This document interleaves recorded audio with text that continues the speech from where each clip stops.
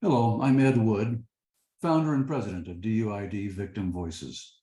The acronym DUID stands for Driving Under the Influence of Drugs. Today, we're going to discuss the controversial issue of per se laws for marijuana's delta-9 tetrahydrocannabinol, or THC. Our son Brian was 33 years old when he was killed by two drivers at the wheel of one vehicle. His wife and unborn baby survived, although Erin's neurologist has said she will likely never completely recover from her injuries. The women responsible for the crash were impaired by marijuana, methamphetamine, and heroin. They were convicted and sentenced for vehicular homicide due to driving with disregard for the safety of others, rather than the more serious offense of vehicular homicide due to driving while under the influence of drugs. I spent years learning from victims, prosecutors, defense attorneys, judges, clinicians, drug recognition experts, law enforcement officers, toxicologists, legislators, state officials, and an international list of researchers and other specialists trying to understand how this could happen. And along the way, I became an expert in the field of drug-impaired driving and have been published widely in peer-reviewed scientific journals. I want to share some of that knowledge that I have gained with you today, so let's dig in. We'll begin by clearing up a common misunderstanding about DUI, driving under the influence. All states have both DUI and DUI per se statutes. DUI and DUI per se are not the same. A drunk driver may be convicted of either DUI or DUI per se. Although a drunk driver can be convicted of both, that is not done because it would have absolutely no impact on sentencing. The terms DUI and DUI per se are defined in state law, an example of which is shown here. To be convicted of DUI, a prosecutor must prove that the driver was under the influence based upon behavioral evidence. Proof does not require any specific blood alcohol level or drug level. To be convicted of DUI per se, a prosecutor must prove that the driver had a BAC, or blood alcohol concentration, of 0.08 or more while driving. That's 0.05 in Utah. The Latin term per se simply means by itself. There is no need to prove impairment for a DUI per se conviction.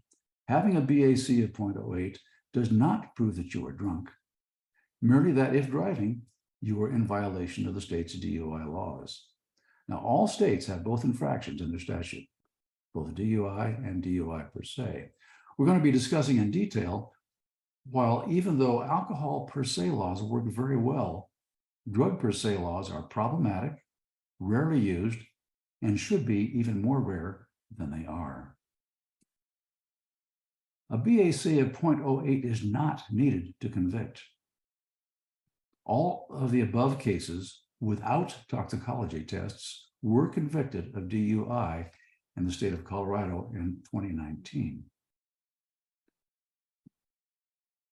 An unknown number of cases with toxicology tests were convicted of DUI also, not DUI per se. An alcohol per se limit only works if a driver complies with state requirements to submit to a breath or blood test. Refusals are quite common, and refusal rates vary widely among the states. Most, but not all states, use the term DUI. Here's a list of the other terms that are used. When I speak of driving under the influence, or DUI, I'm including the other terms and acronyms that are used by other states. This survey shows you which states use which terms to define drunk and/or drugged driving.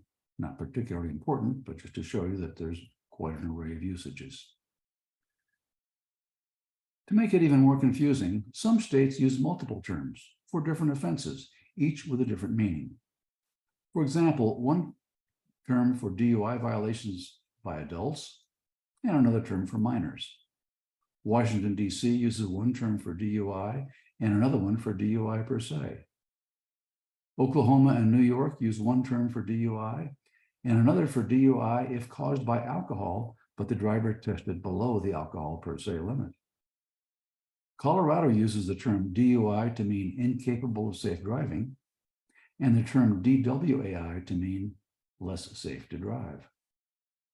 Colorado's two offense structure brings up the importance of defining DUI properly. Now, don't get hung up on initials. There is no standardization on what they mean.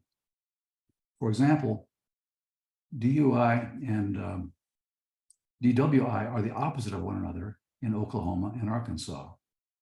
Wisconsin uses one acronym, OWI, for two different offenses, distinguishing them by subsection numbers. It's the definitions that really matter, not the initials. And as we shall see, those definitions can be very important. So for our purposes today, we will use DUI as a generic term and then drill down as needed for further understanding. 18 states leave it up to the courts to decide on the definition of DUI. 5 states statutorily define DUI as incapable of safe driving. Those states are Kansas, Oklahoma, Utah, Maryland, and Wyoming. It can be extraordinarily difficult for a prosecutor to prove that a driver was incapable of safe driving. A much larger number of states, 17, have a less rigorous definition of DUI, such as impaired to the slightest degree, less safe to drive, or simply impaired. It's much easier for a prosecutor to clear that hurdle to prove DUI. Some states have both definitions, as shown here. 4 states have no statutory definition for alcohol DUI, but they define DUID as less safe than a driver ordinarily would be. 4 other states, Alabama, Illinois, North Dakota, and New Mexico, have chosen to make it very difficult to convict a driver of drug driving by using an incapable statutory definition, while they have no statutory definition for alcohol. As I mentioned, Colorado is the only state that allows a prosecutor to choose which hurdle to clear, DUI for incapable of safe driving, or DWAI for impairment to the slightest degree. This slide shows how DUID per se laws are used in various states. Most of them deal one way or another with marijuana's THC. 6 states have non-zero THC per se limits. 5 nanograms for Washington, Montana, and Illinois, 3 nanograms for West Virginia. Ohio and Nevada have per se limits for several drugs, including 2 nanograms per milliliter in whole blood for THC. Virginia has per se limits for several drugs, but not for THC. 15 other states have zero tolerance laws, but only 9 of them include THC. All of these per se laws are based on a finding that drivers above the per se limit are in violation of state law. These laws are based upon a policy decision rather than upon a finding that any measurable level or specified concentration of drugs is impairing. Why do these states consider drug per se laws attractive? 2 reasons. 1, it's easier to make a DUI per se conviction than a DUI conviction. And DUI per se laws work well for alcohol, so they assume it must also work for drugs. We shall see in a moment why non-zero THC per se levels are scientifically invalid, and the same invalidity logic applies to other drug per se levels. This invalidity has led many states to adopt various forms of zero tolerance laws, which are rational for illegal drugs. After all, why should it be legal to drive while impaired by an illegal drug? But zero tolerance laws are less rational for drugs that are legal to consume. How can one justify a zero tolerance law for a drug that has been made legal to use? Now, many people use the terms driving under the influence of cannabis or driving under the influence of marijuana. But regardless of what some state laws claim, forensic toxicology laboratories do not measure cannabis or marijuana in blood. They can't. Cannabis is a plant, roots, stems, leaves, and all. Marijuana is that portion of the plant that users smoke. Neither cannabis nor marijuana gets into a driver's bloodstream, so you can't measure it. chemicals get into the bloodstream. One of those chemicals is delta-9 tetrahydrocannabinol, also known as THC. And that is what laboratories measure. And that is why I refer to THC impairment rather than cannabis impairment. For the rest of this talk, I'm going to focus upon THC per se laws. Simply put, THC per se laws are scientifically invalid, they don't work, and there are better ways of enforcing drug driving laws than per se limits.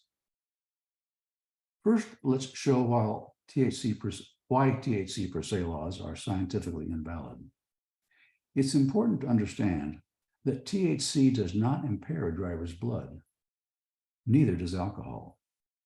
Drugs like alcohol and THC impair a driver's brain, not the driver's blood. Police cannot test for drug levels in drivers' brains, so they test the next best thing, which is the driver's blood. This works very well for alcohol. It does not work at all for THC. THC is unlike alcohol chemically, biologically, and metabolically. So it would be a surprise if what works well for alcohol also works for THC. And in fact, it doesn't. Here's proof. First, let's look at alcohol.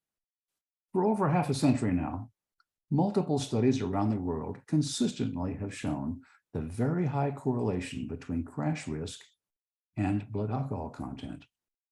That's because alcohol is a small water-soluble molecule that establishes a uniform concentration throughout the body. So what's in the blood is in the brain and vice versa. This chart shows two studies that measure the relative risk of a vehicle crash as a function of a driver's blood alcohol content, or BAC. Alcohol per se limits are based on these scientifically replicated studies. But alcohol per se limits are not determined by science. They are determined by legislators based upon scientific input and considering their jurisdiction's views on safety and personal freedom. That explains why we have per se levels ranging from 0.02 to 0.08 in different states and countries, all based on the same scientific input. Now compare drug concentration levels in blood over time since dosing, with alcohol on the left and THC in the solid red line on the right. Both graphs show drug concentrations in blood over an 8-hour period since dosing. As shown on the left graph, alcohol is metabolized in a gradual, straight-line fashion. In contrast, fat-soluble THC is quickly removed from blood by redistribution, not by metabolization. Redistribution of THC occurs as it is rapidly absorbed from the blood by the brain and other fatty tissues and organs.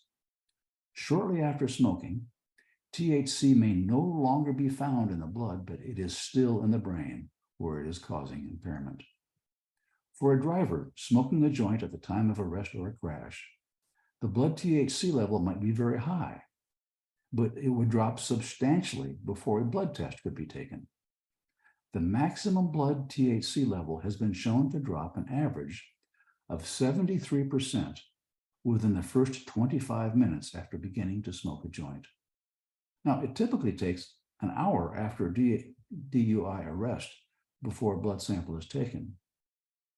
It takes 2 hours to take a blood sample after a crash resulting in a death or serious bodily injury. Therefore, toxicology lab results will not necessarily represent what the THC level was at the time of arrest. Even after it can no longer be detected in the blood, THC in the body continues to metabolize, shedding water-soluble inactive metabolite called carboxy-THC back into the bloodstream. And that is shown in the right-hand graph's dashed red line. It is that inactive metabolite, carboxy-THC, that sloppy reporters refer to when they claim that a trace of marijuana was found in the blood of a driver. Note also the blue line at the bottom of the right-hand graph. That shows THC levels from a marijuana edible. THC levels never reach the high blood levels of smoked marijuana. The THC level peaks after hours rather than after minutes.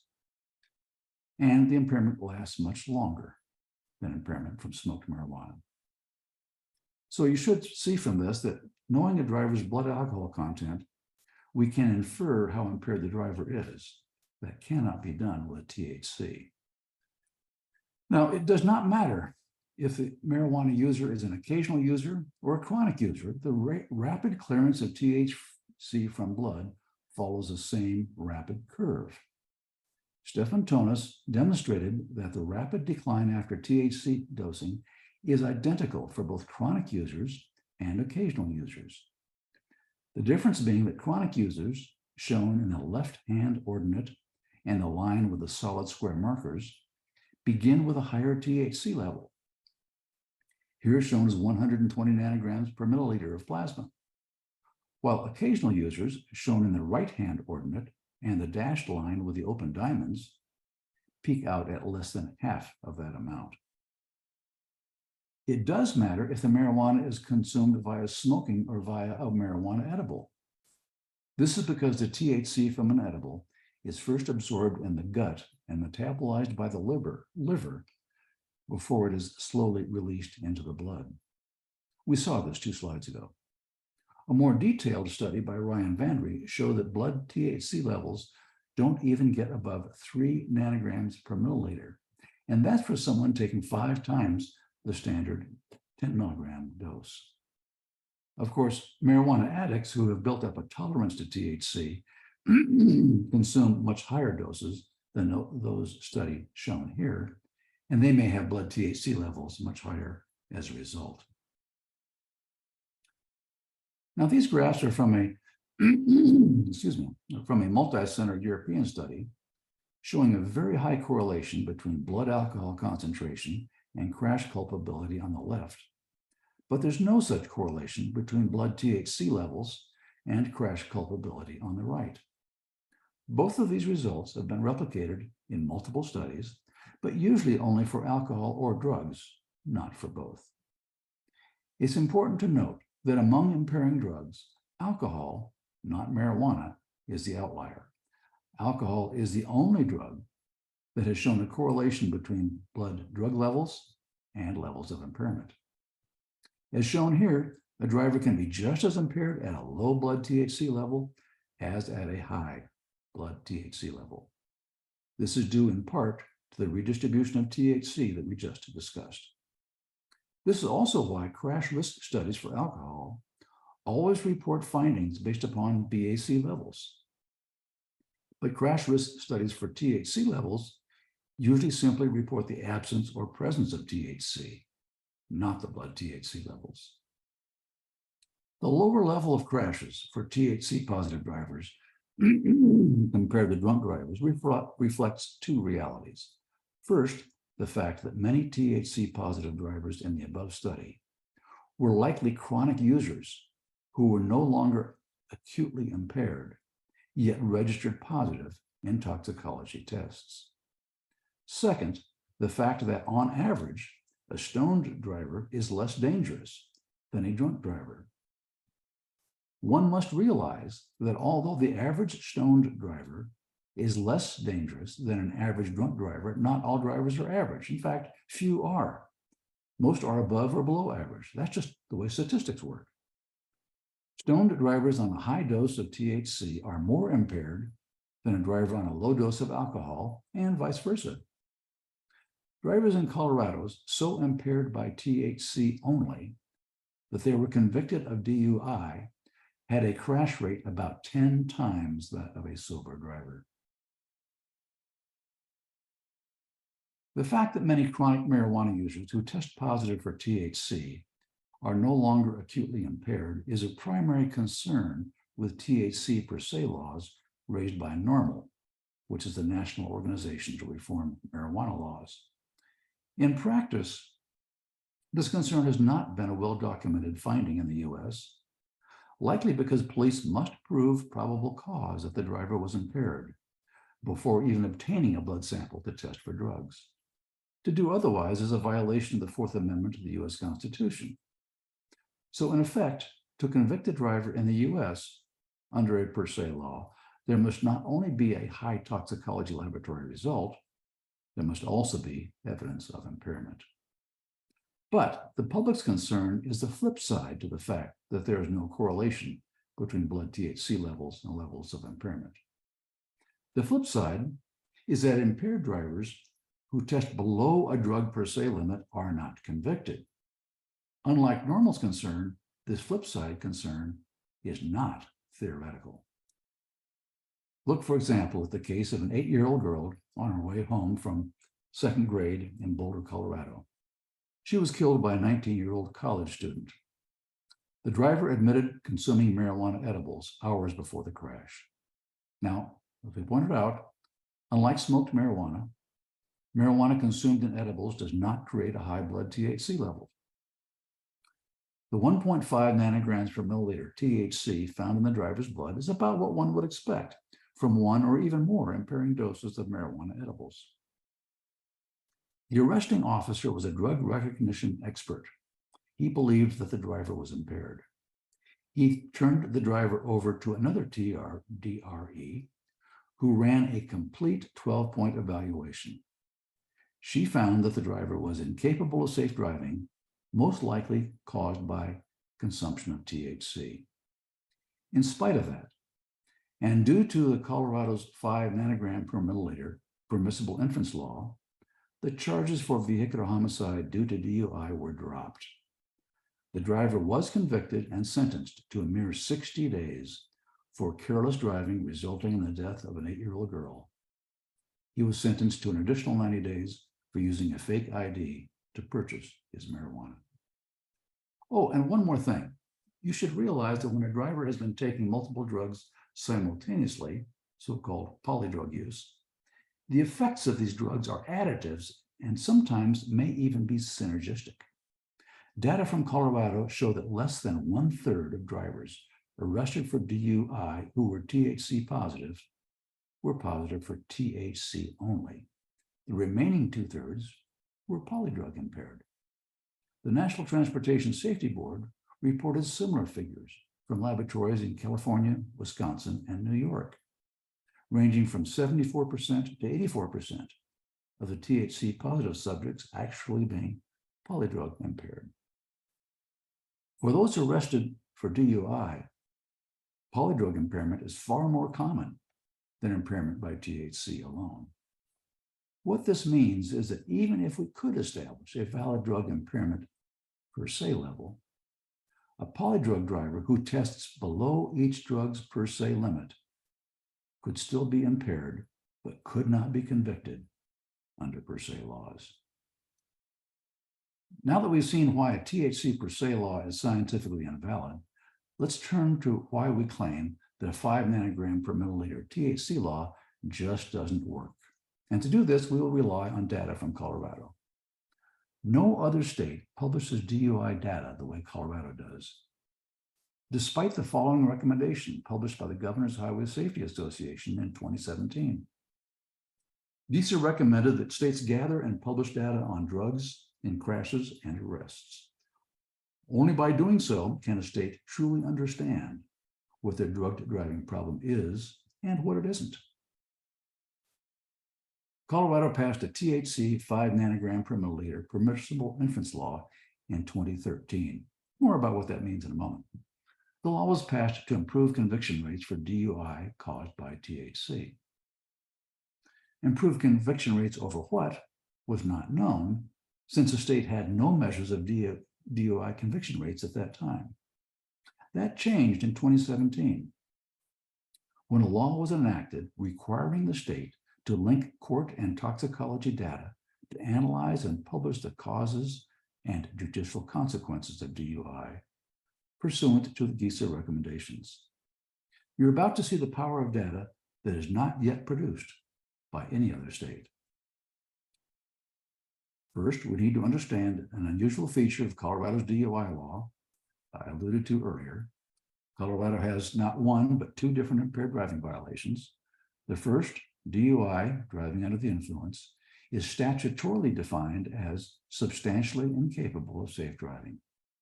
The second, driving while ability is impaired, is statutorily defined as impaired to the slightest degree, so the person is less able than the person ordinarily would have been. Now let's come back to the permissible inference law. The permissible inference level was set at 5 nanograms per milliliter of THC in whole blood. Now, this is not a per se level where by law no proof is needed of impairment is needed to convict. Under a permissible inference structure, a court may infer a driver to be driving under the influence if the blood THC level is 5 nanograms or higher, but only if other evidence supports that conclusion.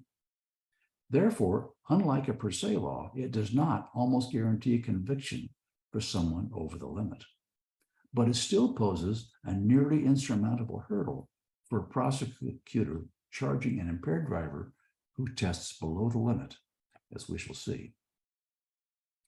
When the THC permissible inference law was passed in 2013, the legislature applied it only to DUI, not to DWAI. The legislature was focused on trying to make it easier to convict THC impaired drivers with the advent of recreational marijuana legalization, and on trying to avoid criminalizing non-impaired drivers who tested above the limit. But by ignoring DWAI, the legislature unwittingly enabled an experiment to compare conviction rates for impaired driving with and without a 5 nanogram per milliliter permissible inference level. And here are the results of that experiment as reported last January from the 2019 data analyzed by the Department of Public Safety's Office of Research and Statistics. The top table shows data from drivers who tested positive for THC only. The bottom table shows data from drivers who tested positive for alcohol only. The department also published data on polydrug impaired drivers, but that information is not shown on these tables. Each of these two tables is separated into two categories: DUI cases, driving under the influence, incapable of safe driving, followed by DWAI cases, driving while ability is impaired, which is defined again as impaired to the slightest degree. Each category shows drivers both above and below the legal limits, 5 nanograms per milliliter for THC and 0.08 grams per deciliter for alcohol. First, look at the top lines in the two tables.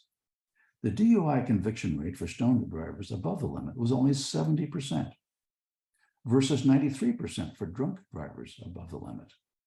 It appears then that the permissible inference structure of the law does indeed ensure that there are no convictions of drivers based simply on toxicology results. Now look at the THC conviction rates for those testing below the permissible inference level.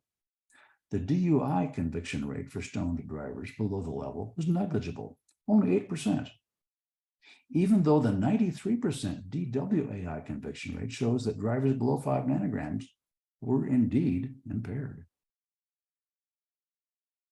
Compare the THC DUI conviction rates with the DWAI conviction rates. Most charges and convictions were for DWAI, not for DUI. 72% of THC convictions were for DWAI. Prosecutors have almost abandoned relying upon the 5 nanogram statute. The extremely high THC conviction rates for DWAI, for which the 5 nanogram law was not in effect, 93% and 99%, also shows that the permissible inference level was not even needed. Now, despite the legal definitions of DUI and DWAI, a DWAI conviction does not necessarily mean that the driver was only modestly impaired. This is because DWAI is more of a plea bargain tool than it is a definition of a level of impairment. A DWAI charge is used by prosecutors to achieve convictions more quickly, and it works because legal sanctions for first-time offenders are lower for DWAI than for DUI. and a DWI conviction does not result in a license suspension. We can see the effect most convincingly in the companion alcohol conviction rate table. Nearly half of all alcohol convictions were for DWAI, not for DUI. And this includes 45% of drivers testing at or above DUI's per se limit of 0.08. Those 45% of drivers would have been convicted of the more serious crime of DUI per se, had it not been for plea bargains. We have some limited data from Michigan that supports some of these same Colorado observations. Michigan has 2 OWI infractions, 625 paragraph 1 for intoxication and 625.3 for visibly impaired. The state provides arrest and conviction data, but does not do so for drugs and alcohol separately.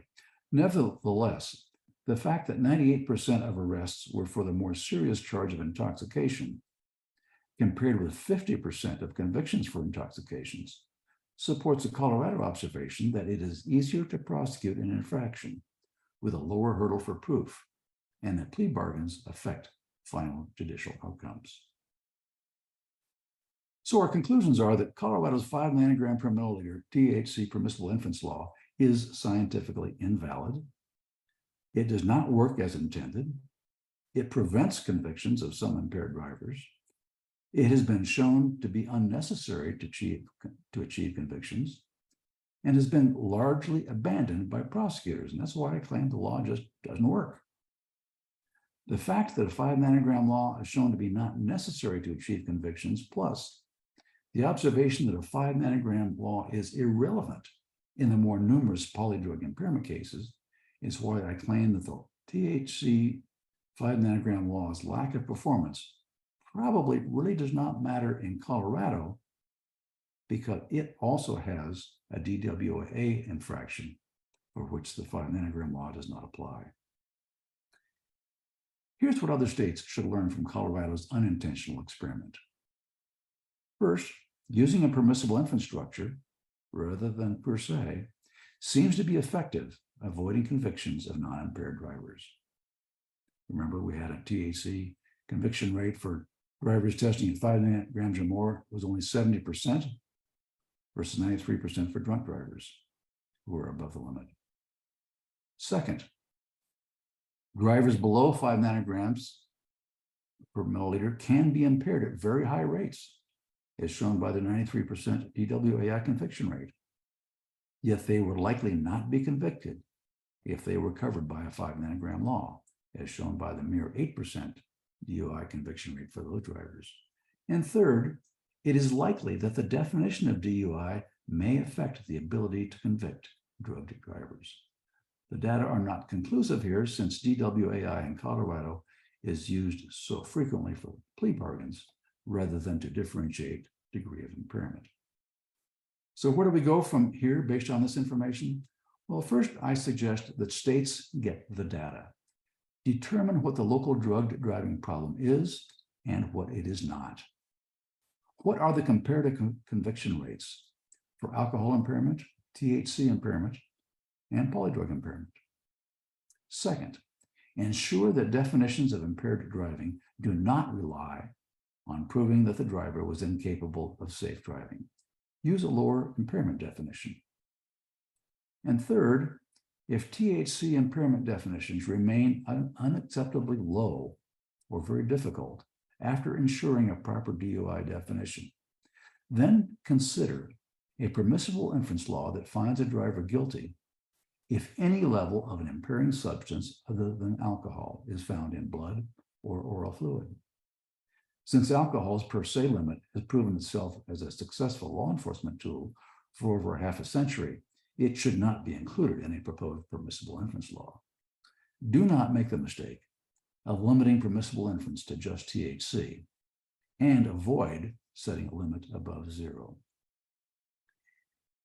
If you are looking for alternative definitions for DUI, alternative to incapable of safe driving, check out the statutory definitions used by other states.